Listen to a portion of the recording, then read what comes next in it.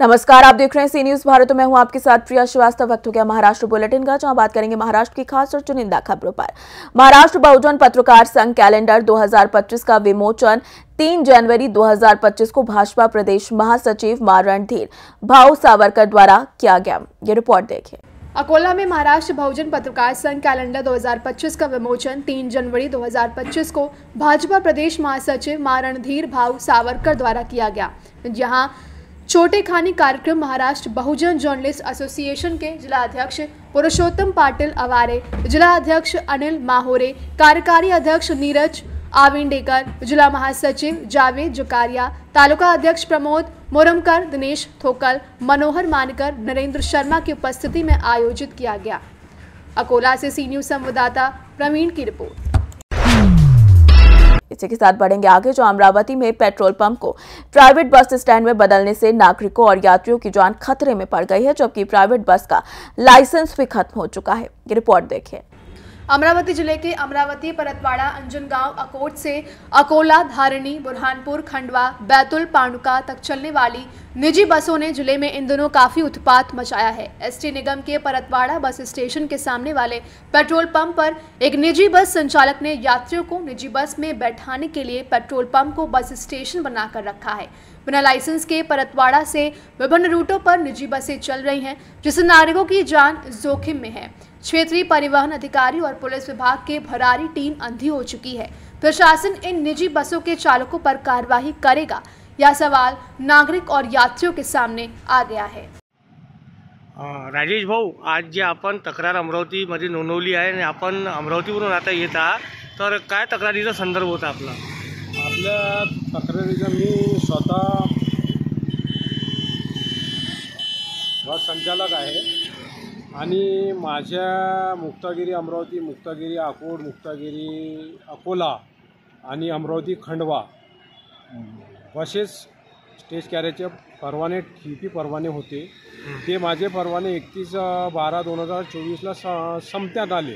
त्यानंतर मी परिवहन आयुक्त कार्यालय मुंबईमध्ये बेशिर प्रकारे अर्ज करून आपल्या हजार रुपयाच्या पावत्या फाडून आणि 1,98,000 रुपये टॅक्स फाडून आणि टॅक्स फाडला गेला आणि त्यानंतर माझ्या परमिट याला थोडा 2-4-8 दिवस वेळ लागत आहे। त्या अनुषंगाने आमच्या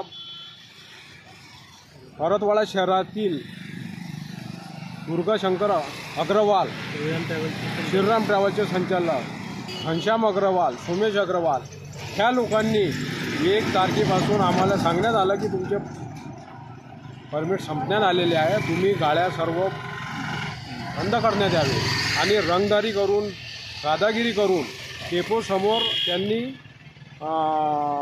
50 लोकांना जमा करून गाड्या आमच्या थांबवण्यात आल्या। त्यामुळे आम्ही भांडणाला त्रस्त होऊन आम्ही आमच्या संपूर्ण 8-10 गाड्या आम्ही आमच्या प्लॉटवर उभ्या करून दिल्या। त्या अनुषंगाने मी आज 3 तारखेला शुक्रवारी प्रादेशिक परिवहन अधिकारी, ग्रामीण अधीक्षक आणि आयुक्त कार्यालयामध्ये रितसर तक्रार देण्यात आली आहे की संपूर्ण बसेसच्या स्टेज कॅरेज परवाना आणि विना परवाना एकूण कमीत कमी आमच्या परतवाडा, अंजनगाव, अकोट, परतवाडा अमरावती, परतवाडा धारणी, खंडवा, परतवाडा पांडुर्णा अशा प्रकारे एकूण कमीत कमी 90 ते 100 बसेस चालत आहे। त्यामध्ये दुर्गाशंकर अग्रवाल, घनश्याम अग्रवाल, सोमेश अग्रवाल ह्या 3 लोकांच्या जास्तीत जास्त बसेस विना परवाना चालू आहे। त्यांचे नंबरसुद्धा मी टाकलेले आहे आणि एक विशिष्ट त्यांना फक्त 4-5 परवाने दिलेले गेले आहे। मुंबई आयुक्त कार्यालय आणि ग्वालियर कार्यालयातून नागपूर खंडवा, अमरावती खंडवा ह्या असे जाण्या येण्याचे परवाने 1 दिवस जाणे 1 दिवस येणे असून ते तसे न चालवता 5-5, 10-10 मिनिटाने एका बसेसचे 5-5 ट्रिप अमरावती परतवाडा करत आहेत त्यांची संपूर्ण चेकिंग करण्यात यावी आणि विना परवाना गाड्या बंद करण्यात याव्या हे मी प्रशासनाला आपल्या माध्यमातून सांगण्यात येत आहे. जर हे 4-5 दिवसात जर यांनी कारवाई केली नाही प्रादेशिक परिवहन अधिकाऱ्यांनी तर मी येणाऱ्या 5-6 दिवसात आमरण उपोषणाचा तुमच्या माध्यमातून प्रशासनाला सांगण्यात येत आहे. अमरावती से सी न्यूज संवाददाता जुनैद अहमद की रिपोर्ट। इसी के साथ बढ़ेंगे आगे, जहां माहौर शहर में पीएम आवास योजना के तहत लोगों को आवास तो मिल गए लेकिन 5 साल से आधा पैसा नहीं मिला, जिससे गरीब और पीड़ित लोग बेहाल हैं। की रिपोर्ट देखिए। नांदेड़ में क्षेत्र माहौर शहर प्रधानमंत्री आवास योजना के तहत गरीबों को घर तो मिल गए लेकिन उन्हें पूरी रकम नहीं मिली। योजना के तहत हर लाभार्थी को 2.5 लाख रुपए मिलते हैं, लेकिन अब तक 1,40,000 रुपए ही दिए गए हैं और बाकी 1,10,000 रुपए नहीं मिले हैं। लोगों ने अपने कच्चे मकान गिराकर नए घर बनाए, लेकिन बाकी पैसे के बिना वे परेशान हैं। कुछ लोग तो उधार लेकर घर बनाने में लगे हैं, लेकिन अब तक 7 साल हो गए और बाकी राशि नहीं मिली। वहीं माहौर नगर पंचायत में जब लोग पूछते हैं तो उन्हें जवाब मिलता है कि उनका पैसा अभी तक नहीं आया, तो हम क्या कर सकते हैं। वहीं माहौर के कांग्रेस कमेटी के जिला सचिव आनंद तुपदाले और नगर सेवक राजू सौदलकर ने इस मुद्दे का पीछा किया, लेकिन फिर भी उन्हें कोई समाधान नहीं मिला। कितने साल हो गए तुमको घर मिल गए? 2017 में। कितने पैसे मिले? 1,40। बाकी बाकी 1,10 अटके वाले है और काम जो है अटके वाला है। हाँ। और ये जो है हम नगर पंचायत में आए थे, उन ऊपर से शासन ने पैसे नहीं दिए बोल के हमको ऐसा संदेशा मिले वाला है। हाँ। तो हम यहाँ पे चक्र मार मार के हम थक गए। सीओ रहता तो सीओ रहता तो ये इंजन नहीं रहता, इंजन नहीं रहा तो स्वामी नहीं रहता। इसके लिए हमको जा रहे कि आ जाएंगे, कल आएंगे, महीने को आएंगे, 2 महीने को आएंगे, ऐसा हमको सस्तावाद दिया जैसा कि, इसलिए हम नगर पंचायत में आके जा रहे। नांदेड़ से सी न्यूज संवाददाता गणेश की रिपोर्ट। इसी के साथ बढ़ेंगे आगे, जहां फुलंब्री तहसील के बाबरा में क्रांति ज्योति सावित्रीबाई फुले की जयंती के अवसर पर अभ्यास केंद्र का उद्घाटन 3 जनवरी को जिप के पूर्व सदस्य और कृषि उपज बाजार समिति के संचालक जितेंद्र जायसवाल ने किया। ये रिपोर्ट देखिए। फुलंब्री तहसील के बाबरा में क्रांति ज्योति सावित्रीबाई फुले की जयंती के अवसर पर अभ्यास केंद्र का उद्घाटन शुक्रवार को जिप के पूर्व सदस्य और कृषि उपज बाजार समिति के संचालक जितेंद्र जायसवाल ने किया। यांची आज जयंती, त्या निमित्ताने उपस्थित या गावातील सर्व पदाधिकारी, मान्यवर उपस्थित, यांच्या जयंतीनिमित्त आज होणारं अभ्यासिकेचा आत्ताच झालेला लोकार्पण एक स्तुत्य असं उपक्रम, इतक्या जयंत्या आणि पुण्यतिथी साजरी करत असताना बाबऱ्यामध्ये आज खरंच मनातून आनंद होत आहे की जी स्वप्न या थोर महापुरुषांनी पाहिली त्या स्वप्नांना आकार देण्याचं, उजाळा देण्याचं काम, शासनाचा सहभाग, परंतु त्याचबरोबर त्या शासनाच्या त्या रकमेबरोबरच खांद्याला खांदा लावून ग्रामपंचायत सगळ्याच कामाकरता तेवढी सक्षम नसते, परंतु कुठेही मागे पुढे न पाहता त्यांनी एक मोठा निधी या अभ्यासिकेकरता उपलब्ध करून दिला। असं स्तुत्य असं त्या ग्रामपंचायतचं काम जेव्हापासून ग्रामपंचायत अस्तित्वात आली तेव्हापासून या 5 वर्षामध्ये सतत कामामध्ये राहिलेली ग्रामपंचायत। मोठं गाव आहे तेव्हा काही लोक चांगलं म्हणतात, काही नाव ठेवतात, परंतु मग काम केलं त्याच वेळेला चांगलंही म्हटलं जाईल आणि वाईटही म्हटलं जाईल। कामाकरिता कोणताही मागे पुढे न पाहता त्यांनी जे सहकार्य केलं आणि फक्त वास्तू आहे आणि त्या वास्तूमध्ये ज्या मूलभूत सुविधा आवश्यक असतात, इलेक्ट्रिसिटीचं कनेक्शन असेल, पाणी पुरवठ्याचं कनेक्शन असेल, इतर काही मूलभूत सुविधा असतील त्या जर उपलब्ध नसल्या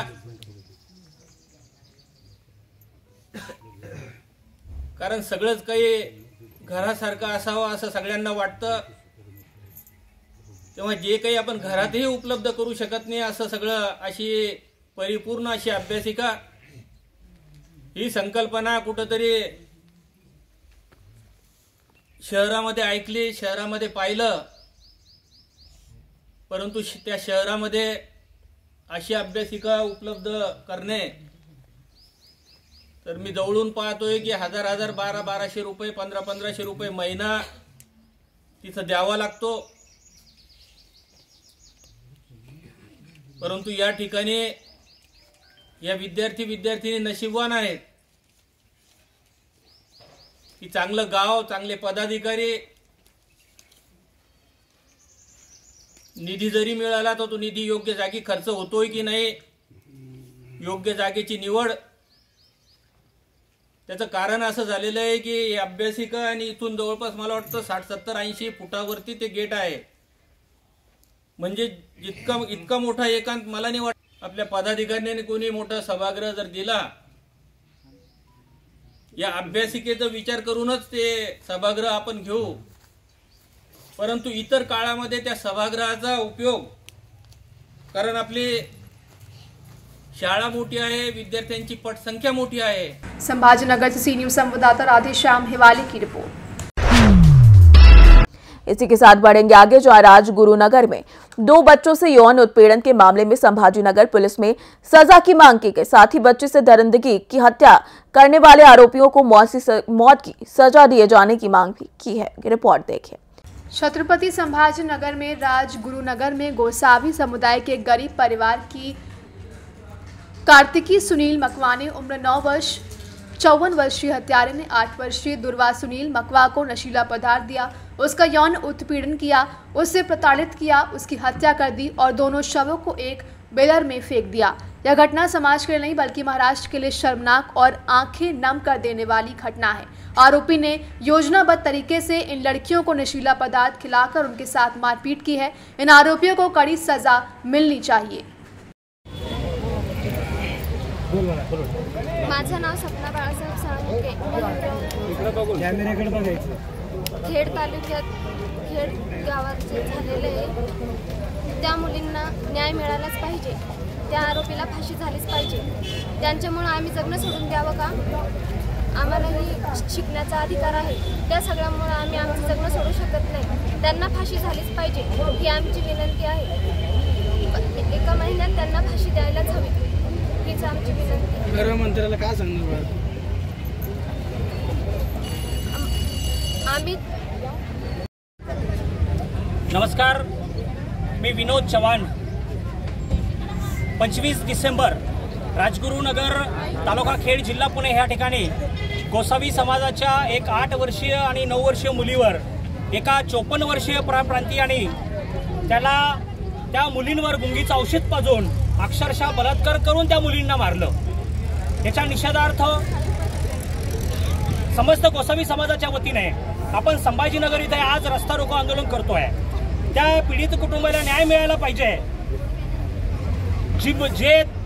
जे आरोपी आहे त्या आरोपीला एका महिन्याच्या आत फाशी व्हावी आणि हे जे प्रकरण आहे हे जलद गती न्यायालयामध्ये चालून ॲडव्होकेट उज्ज्वल निकम यांच्या माध्यमातून सरकारी वकील शासनाने नियुक्त करावा आणि त्या आरोपीला फाशी द्यावी, यासाठी आपण हा रस्ता रोको आंदोलन करतोय। त्यानंतर त्या प्रकरणामध्ये आम्हाला संशय आहे की या प्रकरणामध्ये त्या ठिकाणी काही संशयित वस्तू अशा आढळल्या, त्या संशयित वस्तूंची चौकशी व्हावी, या प्रकरणाची CID मार्फत चौकशी व्हावी, यासाठी आमच्या समाजाच्या वतीने आम्ही आज रस्ता रोको करतोय। दुसरं असं की आमच्या समाजाला, आमचा गरीब समाज येतो, आदिवासी बहुल समाज येतो, आमच्या समाजाला अॅट्रॉसिटी कायद्याअंतर्गत संरक्षण मिळावं या प्रमुख मागण्या घेऊन आम्ही आज रस्ता रोको आंदोलन करतोय। आपल्या मीडियाच्या माध्यमातून मला शासनाला ही चेतावणी द्यायची आहे की आपण जर त्या पीडित कुटुंबाला 1 महिन्याच्या न्याय नाही दिला तर याच्यापेक्षाही तीव्र असं आंदोलन होईल व आम्ही पूर्ण महाराष्ट्र हे बंद पाडू। या माध्यमातून हे आंदोलन आता असंच चालू राहील। तुम्ही आंदोलन सुरू केलं तर शासनाचे काही प्रतिनिधी आपल्याला येऊन मिळाले का, भेटले का? आता आपण जेव्हा आंदोलन केलं काही कलेक्टर ऑफिसचे प्रतिनिधी, काही SP ऑफिसचे प्रतिनिधी यांनी आपलं निवेदन स्वीकारलेलं आहे। पण आमची याच्या माध्यमातून परत मागणी आहे की एका महिन्याच्या आतच त्याला शिक्षा व्हावी. हे प्रकरण फार लांबू नये, जलद गती न्यायालयामध्ये हे प्रकरण चालावं अशी आमच्या समाजाची आणि भटके विमुक्तांची मागणी आहे. तर तुम्हाला त्यांच्याकडून काही लेखी स्वरूपात आश्वासन हवं आहे असं काही मागणी का? आम्हाला त्यांच्याकडनं लेखी स्वरूपात आश्वासन हवं आहे, पण तिथं आता जे मराठा समन्वयक आहे नरेंद्र पाटील यांनी देखील आमचं निवेदन स्वीकारलेलं आहे. त्यांनी आमचं निवेदन स्वीकारून माननीय मुख्यमंत्र्यांशी ते बोलणार आहेत आणि आता काही वेळेतच या मतदारसंघाचे आमदार हे देखील आमच्या आंदोलनाला भेट देणार आहेत. सर, इथून पुढे नाही झालं तुम्ही काय करणार? इथून पुढे झालं नाही तर आम्ही राजगुरुनगर जिथं ही घटना घडली त्या घटनेच्या ठिकाणाहून मुंबईपर्यंत आमचा अख्खा समाज घेऊन आम्ही 1 कोटी समाज बांधव भटके विमुक्त घेऊन मुंबई ठिकाणी मंत्रालयावर मोर्चा काढणार आहोत. महाराष्ट्र छत्रपति संभाजीनगर से सी न्यूज संवाददाता राधेश्याम हिवाली की रिपोर्ट। फिलहाल इस बुलेटिन में इतना ही। देश दुनिया की बाकी और खबरों के लिए आप बने रहिए सी न्यूज भारत के साथ।